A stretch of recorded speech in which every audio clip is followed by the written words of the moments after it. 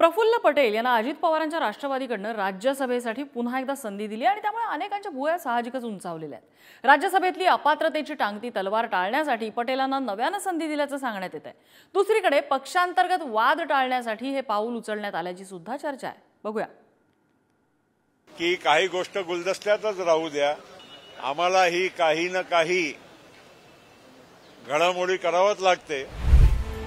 राज्यसभेचा अर्ज भरल्यानंतर प्रफुल्ल पटेल यांनी भविष्यातील घडामोडींचे संकेत दिले। राज्यसभेवर असलेले प्रफुल्ल पटेल यांनी आधीच्या सदस्यत्वाचा राजीनामा देत पुन्हा राज्यसभेसाठी अर्ज भरलाय।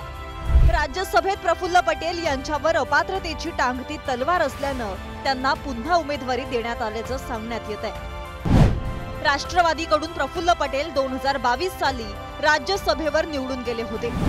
पटेलांच्या खासदारकीची मुदत 2018 पर्यंत होती, तरीही पुन्हा निवडणूक रिंगणात। राष्ट्रवादीतल्या बंडानंतर प्रफुल्ल पटेल अजित पवारांसोबत। पटेल यांना अपात्र ठरवण्यासाठी शरद पवारांची राज्यसभा अध्यक्षांकडे याचिका। राज्यसभेवर बहुमत नसल्यानं पटेलांवर कारवाईची शक्यता होती। यातून सुटका होण्यासाठी पटेलांना पुन्हा संधी। उमेदवारी अर्ज भरल्यानंतर भविष्यातल्या रणनीतीसाठी पुन्हा उमेदवारी स्वीकारल्याचं प्रफुल्ल पटेल यांनी सांगितलंय। माझी आता टर्म चालू असताना मी परत फॉर्म भरला आहे, त्याच्याविषयी लोक तर्क वितर्क लावत आहे।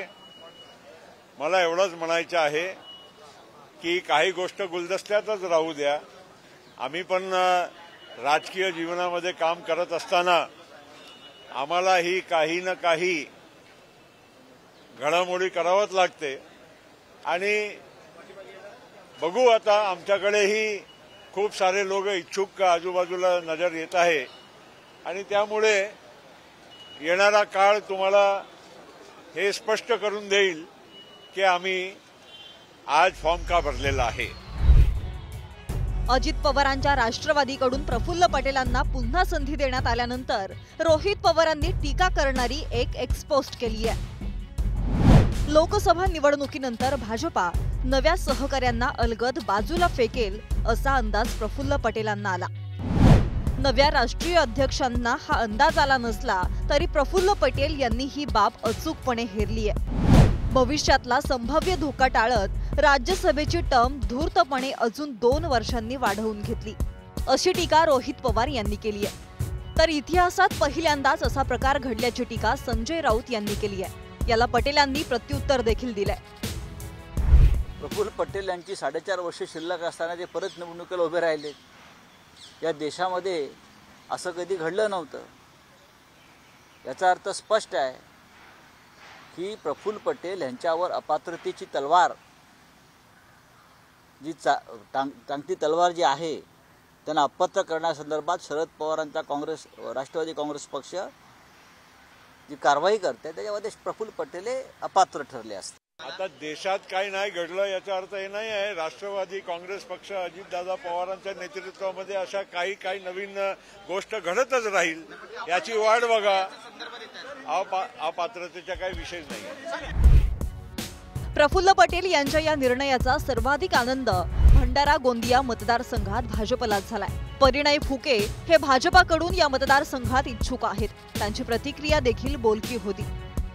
प्रफुल्ल पटेल हे महायुती सरकारचे फेविकॉल आहे आणि त्याच्यामुळेच ही महायुती सरकारची जे आपण आज बघतोय त्याच्यामुळे सगळ्यात मोठं योगदान त्यांचं सुद्धा आहे आणि निश्चितच त्यांना राज्यसभा मिळालेली आहे। आता ते मला वाटत नाही की ते परत लोकसभेसाठी ते प्रयत्न करतील किंवा ते त्यांची इच्छा असणार। तर निश्चितच भाजपचा भाजप तशी भाजपच लढणार होती, पण जे सगळ्याच्या मीडियामध्ये किंवा इतर विषयांमध्ये किंवा लोकांमध्ये कार्यकर्त्यांमध्ये दोन्ही पक्षाच्या कार्यकर्त्यांमध्ये संभ्रम होता, तो कुठेतरी आज मला वाटतं दूर होण्यास या निर्णयाने निश्चितच मदत होणार। पक्षांतर्गत वाद टाळण्यासाठी अजित पवारांनी हा निर्णय घेतला का, अशी देखील चर्चा या निमित्तानं ऐकायला मिळतेय। राज्यसभेच्या उमेदवारीसाठी राष्ट्रवादीत अनेक जण इच्छुक होते। पार्थ पवार, अजित पवार हे पार्थ पवार यांच्या उमेदवारीसाठी इच्छुक होते। समीर भुजबळ, छगन भुजबळ हे समीर यांच्या उमेदवारीसाठी इच्छुक होते। सुनील तटकरे, रायगडमध्ये निवडणूक सोपी नसल्यानं तटकरे देखील स्पर्धेत होते. बाबा सिद्दीकी काँग्रेस सोडून नुकताच प्रवेश, मुंबईसाठी महत्त्वाचे असल्यानं नावाची चर्चा.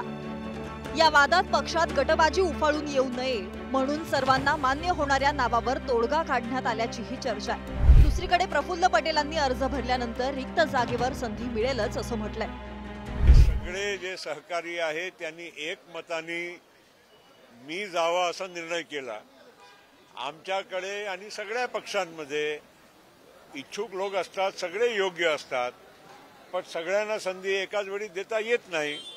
आता उरलेली जागाची पण संधी राहणारच आहे, आमच्या पक्षाकडेच राहणार आहे, म्हणून कोणी यामध्ये कुठलाही तर्कवितर्क लावू नये. अर्ज भरण्यापूर्वी शरद पवारांच्या राष्ट्रवादीचे आमदार जितेंद्र आव्हाड यांची गळाभेट पाहताना देखील पटेल पाहायला मिळाले. तुर्तास पुढची रणनीती आणि काही गोष्टी गुलदस्त्यात राहू द्या असं सांगत पुन्हा उमेदवारीचं थेट कारण सांगण्याचं पटेलांनी टाळलंय. पटेलांनी नव्या राजकीय घडामोडींचे संकेत दिलेत की पक्षांतर्गत वाद जाहीर करण्याचं टाळलंय हे मात्र अस्पष्ट आहे. पटेलांनी नेमकं काय गुलदस्त्यात ठेवलंय हे नजीकच्या भविष्यात पाहावं लागणार आहे. अजय मानेसह ओम देशमुख, पुढारी न्यूज, मुंबई.